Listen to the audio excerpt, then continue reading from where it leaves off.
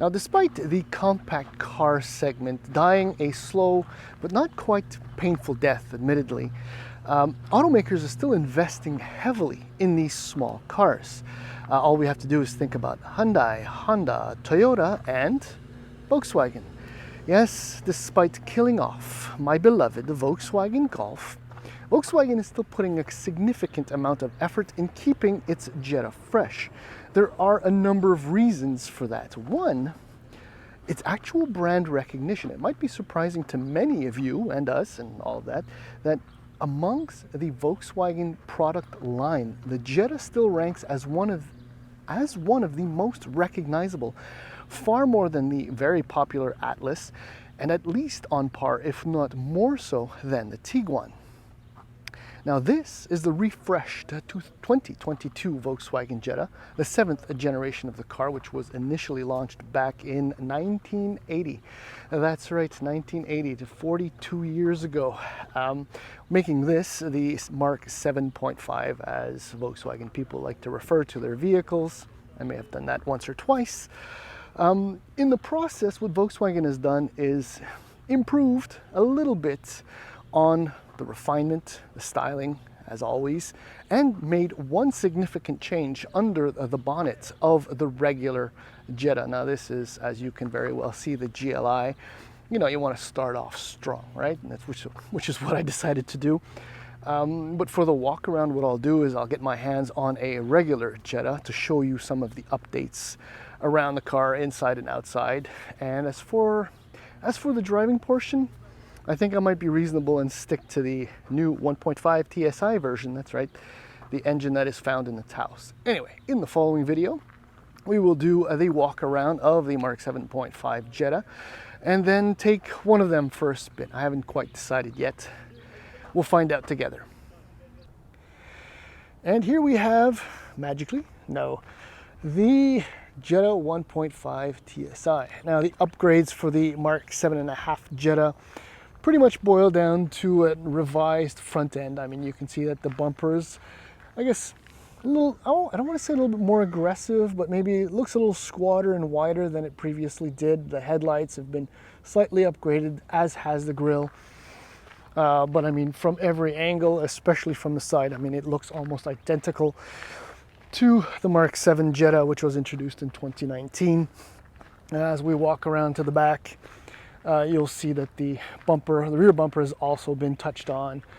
You know, I mean, it's a little bit less than a nip and tuck job, but resulting car is a very handsome compact sedan, I must say. Pricing now in Canada starts at $22,295 for a base trend line.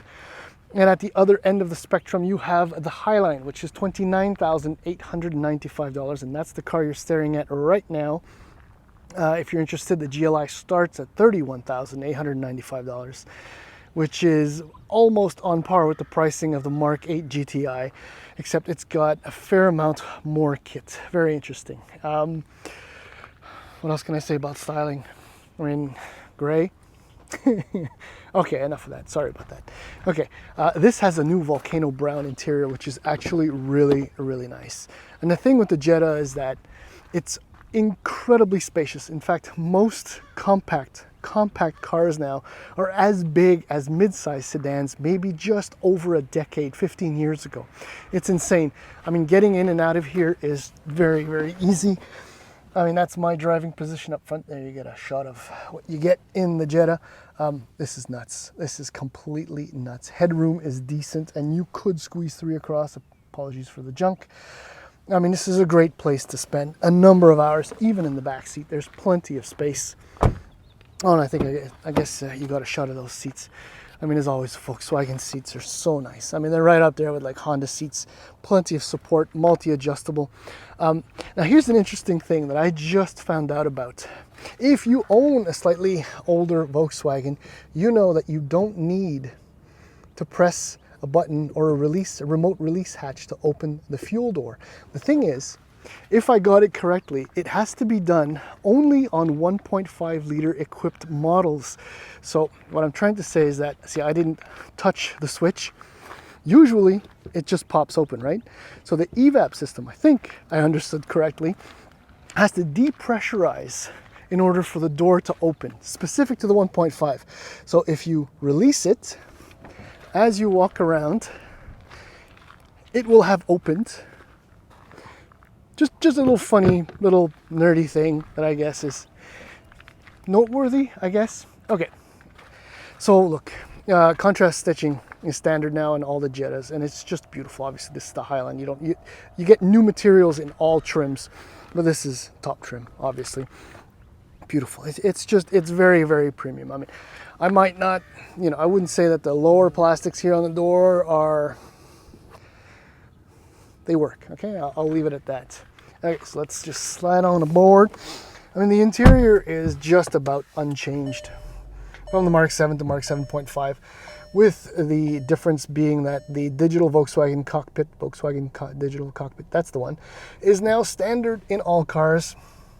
The 8-inch display is also standard in all trims. I mean, everything else is right at where it's supposed to be. This is very familiar. HVAC controls, Climatronic, from a number of years. Oops, apologies for that. Okay, shifter, drive modes. There isn't much else to add here. The dashboard is very cool. I mean, you can see, well, maybe you can't, but the instrumentation and the center console is angled towards the driver, which is always a lovely touch. Visibility is quite good in all directions. I mean, I am in the lowest driving position, and despite this fairly large blind spot, you can kind of see over it, which is good. I mean, what I do like is that, unlike the GLI, the 1.5 TSI does retain the use of the buttons, not the haptic sliders and all that business. So this is a nicer thing as far as I'm concerned. Otherwise, that's pretty much it. So let's go for a drive. I'm going to be frank with you. I'm not going to learn you much about the Mark 7.5 Jetta GLI. I mean, much of it, if not 99% of it, is carried over from the Mark 7, which means that you get the 2-liter turbo TSI engine with 228 horsepower, 258 pound-feet of torque. Still a considerable amount more than what you get in the Civic Si, the new 11th generation car. I myself, being a Mark II GLI owner, well, no, I guess I can't say that there's a correlation or a relationship between the two models, because there isn't really. But there's a certain tactility that kind of has, I don't know, graduated and grown through the generations from the Mark I, the Mark II, into the Mark 7. And look, the difference, the main takeaway from driving the GLI is that you have good power, but it's the refinement. This car is a premium, near luxury Volkswagen car that handles superbly. I mean, it's still a fully independent setup, front and back, unlike the 1.5 TSI.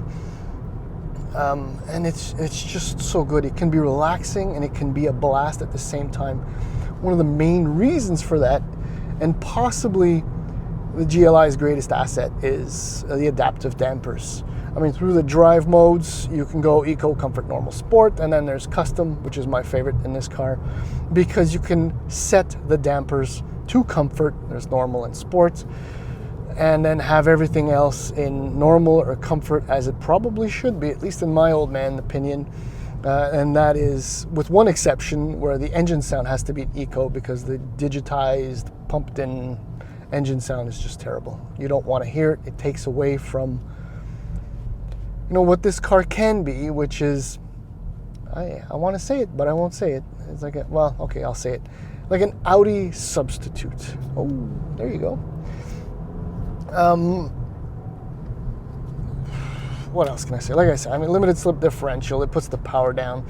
Even with the steering and normal, I mean, it's responsive. There's just enough kind of a segue between assistance and being on center that you don't necessarily feel that there's a little tiny bit of vagueness. You can set it in Sport, and it just kind of makes it a little bit heavier. Vagueness is more or less gone, but I don't know. Maybe it's just because I'm really relaxed today and it's a lovely day in Niagara-on-the-Lake. Maybe we should have tracked these cars. That would have changed everything.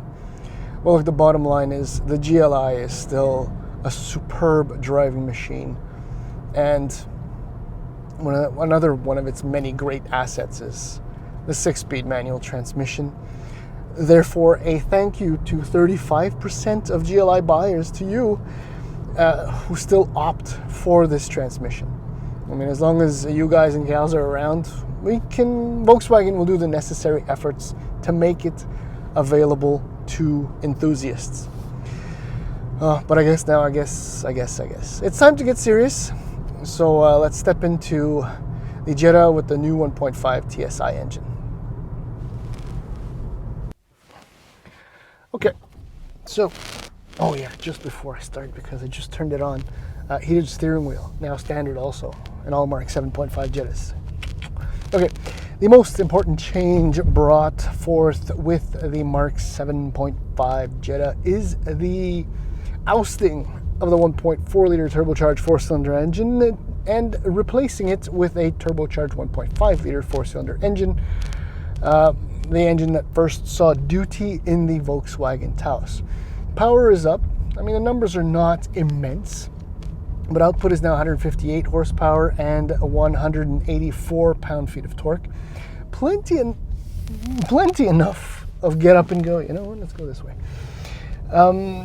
In order to have some decent fun.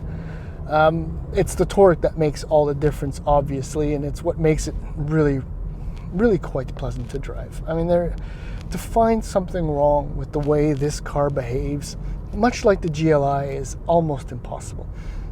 The 8-speed automatic transmission, which is included with the 1.5, is, I don't know, it's perfectly smooth, almost invisible when it shifts, unless you play really hard with it. Via the drive modes, I mean, like the GLI, Eco, Normal, Sport, and Custom. The Custom is, again, what I'm using. Steering on Sport, oddly enough, after or just before I returned the GLI, I left steering in Sport the rest of the time, and it suits the car's nature far better. So everything else is in normal. I'm trying to get in the mindset of someone who would buy one of these very premium, well-equipped, attractive compact cars. And, well, fittingly, I mean, the ride quality in the Jetta is very nice. It doesn't have the adaptive dampers like the GLI. That's definitely one of its best assets. Okay, I won't go over all that again, sorry. But look, suffice it to say that this is comfortable, it's cosseting, and you never feel like you're floating around or you're going to run out of damping or things are going to get out of hand or rough. It's beautifully smooth. The chassis is still very responsive. I mean, it's a torsion beam in the back, but I mean, and I've said this before in other reviews, the addition of a torsion beam it doesn't affect or negatively affect the ride quality or the handling, more importantly, I suppose. It's just a less expensive, far simpler way of keeping the shiny side of the car up and the driver, maintaining a smile on the face of the driver. Why the 1.5? Well, the 1.5 is new, and it's what's included with the Taos, and the 1.4, well, it's just a little bit older, and it just didn't have its place anymore. One of the principal advantages, other than the boost in power, is the fuel efficiency improvements. Apologies, I don't know if you saw that. You can average with the 6-speed manual or the 8-speed auto, you can average an easy sub-7, well, on paper, sub-7 liters per 100 kilometers. The reality probably is closer to about 7.5, which is still quite good considering the size of the car, how well equipped it is, the available power. I mean, this is just a very, very nice, cozy, comforting, easy to live with car that answers all the questions, essentially. I mean, in a world where, in the unlikely world, where consumers decide to maybe move away from small SUVs, but they don't want to sacrifice too much as far as space is concerned. I mean, the trunk in the Jetta is gargantuan. I mean, if I was to scale it, I mean, it's probably like a 4 2/3 body trunk. Yeah. Anyway, point is, it's big on the inside. It's got plenty of space. It's got good power, decent styling. And at just over $22,000 for the base car, it's fairly affordable. I mean, am I trying to, hype the Jetta? No, not really, because it's pretty much doing it all on its own. This is a lovely, lovely automobile. I mean, for both the GLI and the Jetta, almost forgot. I mean, the brakes feel great. Yeah, that's it. I mean, over a Civic, essentially the Jetta is, when you're shopping for a compact car, you consider Civic, Corolla, and then the others. Thankfully for the Jetta, I mean, its affordability, the performance, the styling, the premium aspect makes it a compelling choice. Mazda 3 has tried to play the premium card with maybe less success than Mazda had hoped. But it really does come down to the first two. I mean, the Jetta is just for someone who's a little bit more adventurous, I don't want to say risk taker, but someone who wants more than just a regular small appliance. Small. Okay, rambling on as usual. This is a lovely evolution for the Mark 7, and that's it.